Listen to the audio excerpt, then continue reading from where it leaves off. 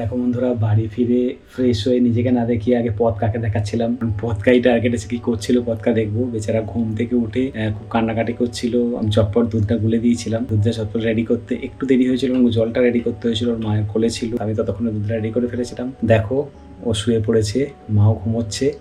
এই দুধটা খাইয়ে ঘুম পাড়িয়ে দিয়েছি। 120 ml মধ্যে সামান্যটা রয়ে গেছে।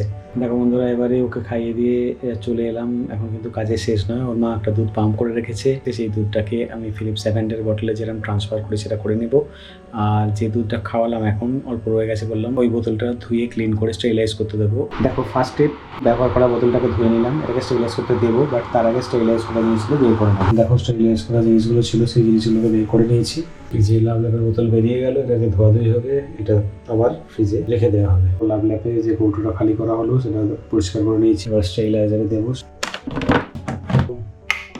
পাম্পের যে জিনিসগুলো বার করেছিলাম সেটা সেট আপ করে পুরোপুরি তৈরি। যদি আমার সঙ্গে থাকতে চাও তো আমার চ্যানেলটা সাবস্ক্রাইব করে দিও। আমি জানি না রাতে আবার ডাকবে কিনা, তাই আপাতত টাটা জানাচ্ছি। বললাম বন্ধুরা, টাটা জানালেও আবার ফিরে আসতে পারি, সেরকমই হয়েছে।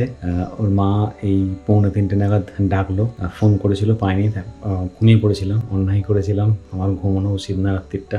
আজকে আবার ছিলাম না বাড়িতে, তার জন্য সারা রাত জেগে বসে থাকা উচিত ছিল। আবার গেলাম, দুধটা গরম করে দিলাম, যেটা ফ্রিজে রেখেছিলাম। খাওয়ানোর চেষ্টা করা হলো, 5 ml মতো খেলো খুব জোর। এবার ঘুমিয়ে গেলো। আসলে ঘুমিয়ে পেয়েছিল, ঘুমের মধ্যেই চেঁচাচ্ছিল। নিপেল ফিপেল পরিষ্কার করে আবার ফ্রিজে রেখে দিয়েছি স্টোর করে। 80 ml দুধ ছিল, 75 ml আছে। তো আমি এখন গিয়ে মাথার কাছে চুপ করে বসে থাকবো।